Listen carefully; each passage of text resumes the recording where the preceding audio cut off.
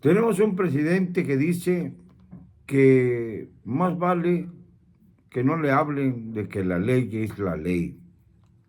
Y que agrega además que en México los delincuentes son humanos. Bueno, eso es una cosa que es natural, todos somos humanos, seres humanos, pero que deben ser protegidos también. Esto es algo que es tremendo, porque confirma lo que decíamos ayer acerca del Estado fallido. El Estado fallido que, entre otras cosas, ya no tiene el monopolio de la violencia, es decir, ya no tiene la posibilidad de ser el único que ejerza violencia contra los agresores del Estado. Ahora está en manos del narcotráfico, como ha sucedido en Michoacán.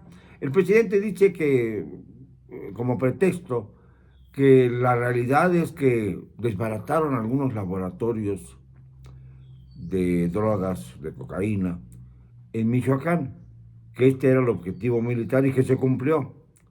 Es una falsedad más. Los militares corrieron porque no tenían los mismos pertrechos que los narcotraficantes, que el cártel Jalisco Nueva Generación, que ahora está por tomar el puerto de Lázaro Cárdenas, que es un lugar estratégico porque ahí desembarcan muchas toneladas de drogas que vienen de Sudamérica. Esta es una realidad que no podemos ya seguir negando. Los criminales se han apoderado del gobierno, se han apoderado de los gobiernos estatales y por eso hay que protegerlos, claro. Debería el presidente comenzar con proteger a su familia, como lo está haciendo, y a su gabinete, como lo está haciendo.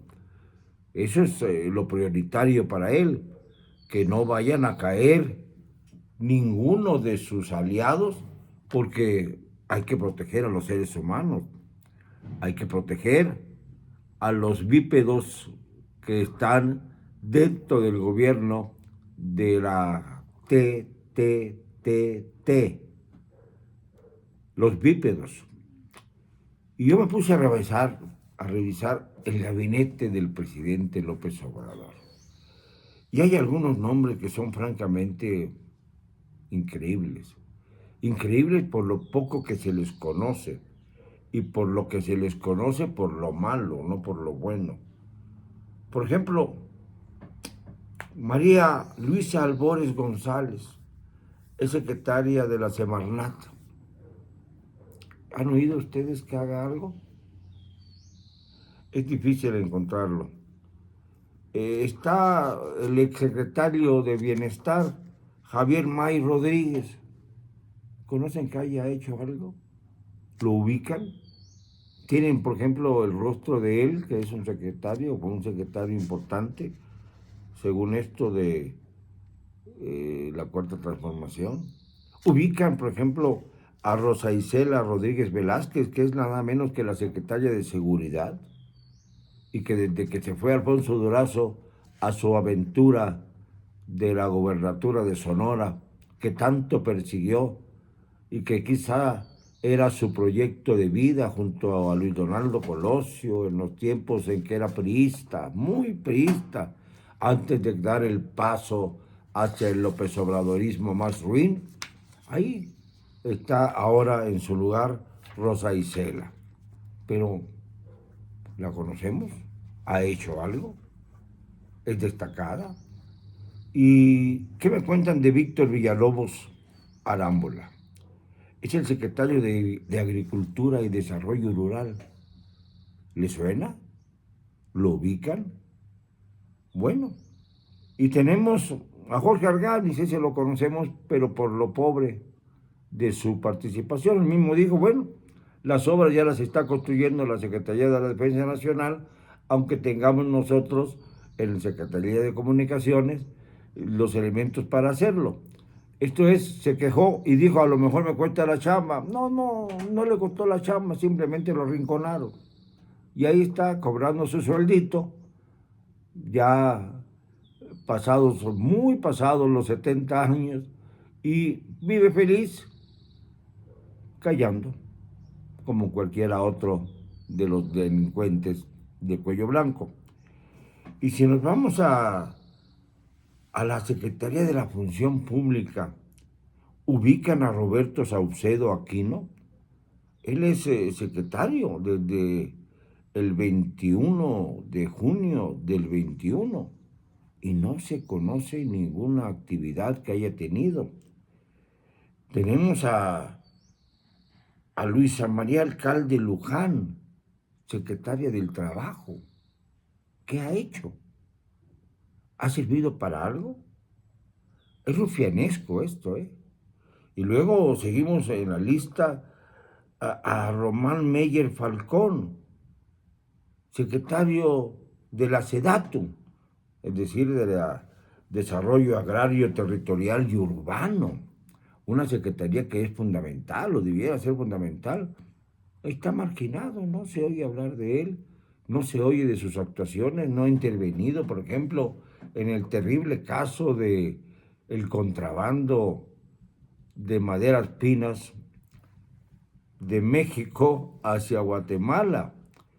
Claro, con la participación del embajador mexicano en Guatemala, Romeo Ruiz Armento, que es esposo de la gobernadora de Campeche, la bailaora Laila Sansores San Román.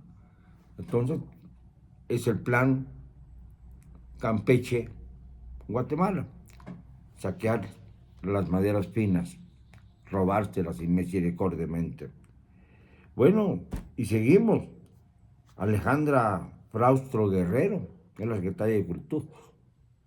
Se oye por ahí alguna vez cuando se habla de algún concierto, pero ¿cuál es su actividad? ¿Qué ha hecho realmente por mejorar la cultura en nuestro país?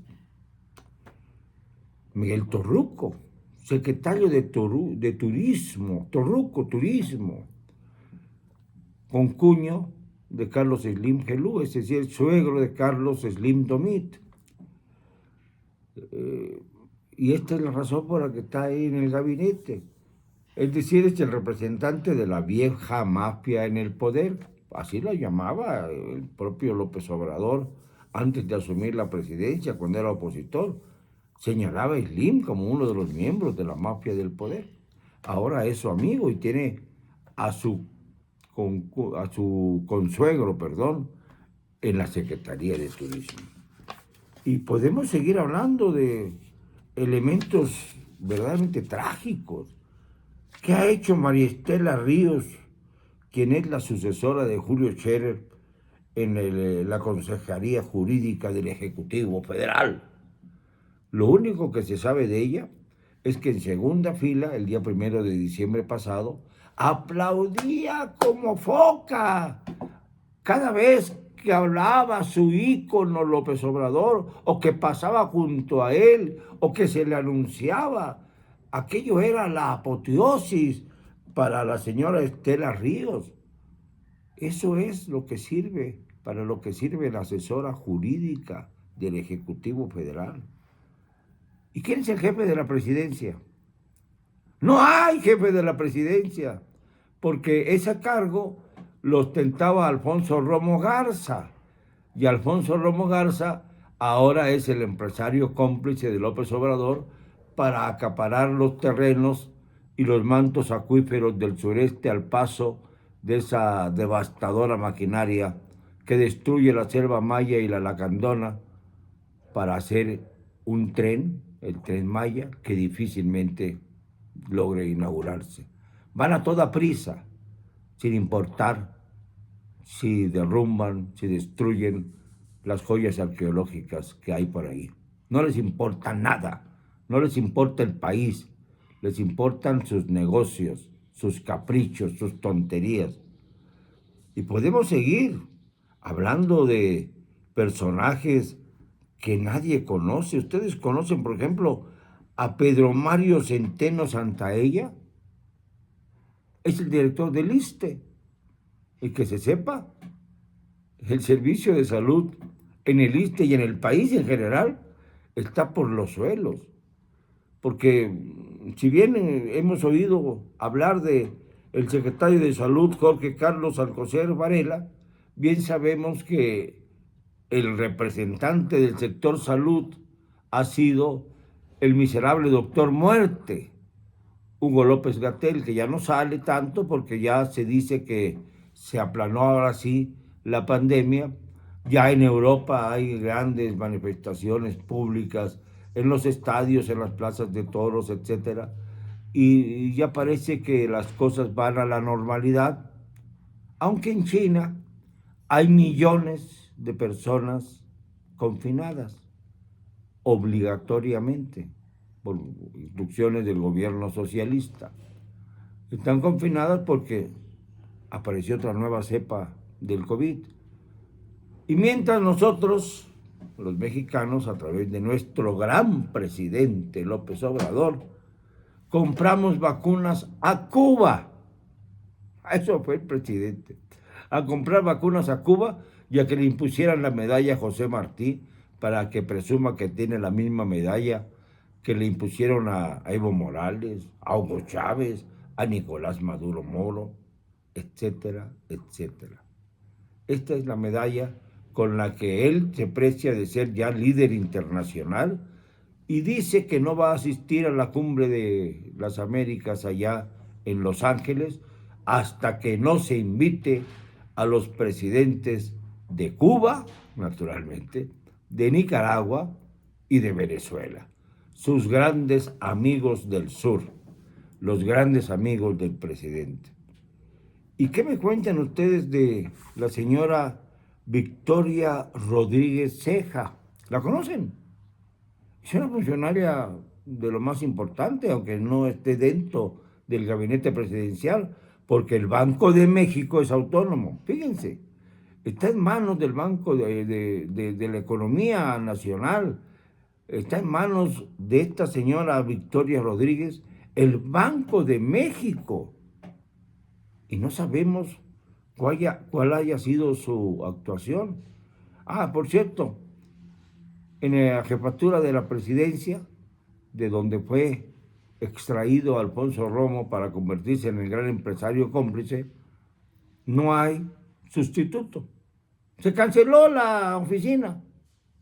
No hay un solo mexicano que pueda sustituir a Alfonso Romo Garza, como tampoco no hay un solo médico en México que sea capaz de estar cuidando la salud precaria del presidente Obrador, López Obrador. Y por eso el médico de cabecera, el jefe de los médicos de López Obrador, es Félix del Orite, un cubano que encabeza, yo creo que a todos los cubanos que están llegando, los médicos cubanos que están siendo contratados con altos ingresos. Muchos de estos ingresos van a parar al gobierno cubano, no precisamente a los bolsillos de los médicos, quizá porque en México ya no hay especialistas, según dicen. Y somos uno de los países, para que lo sepa presidente López Obrador, con mejores médicos del mundo. Hay casos extraordinarios de cardiólogos, de todo tipo de médicos que están preparados más que cualquiera médico del mundo. Y esto, señor presidente, el hecho de que usted recurra a otras naciones para tener tranquilidad en su salud hogareña, es una ofensa contra los médicos mexicanos.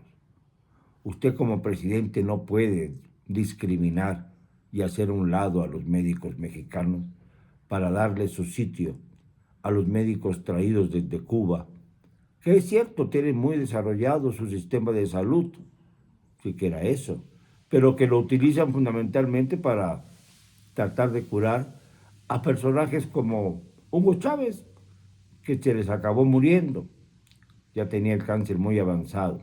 Este es otro tema que vamos a tratar acerca de los estadistas que han sido tempranamente muertos en condiciones bastante sospechosas. Pero este es otro tema.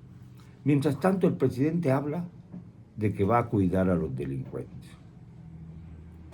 Pues que los cuide. Total, en México ya no tenemos gobierno. Hay un vacío generalizado, un vacío que se va extendiendo como el agujero negro que acaban de fotografiar en nuestra galaxia.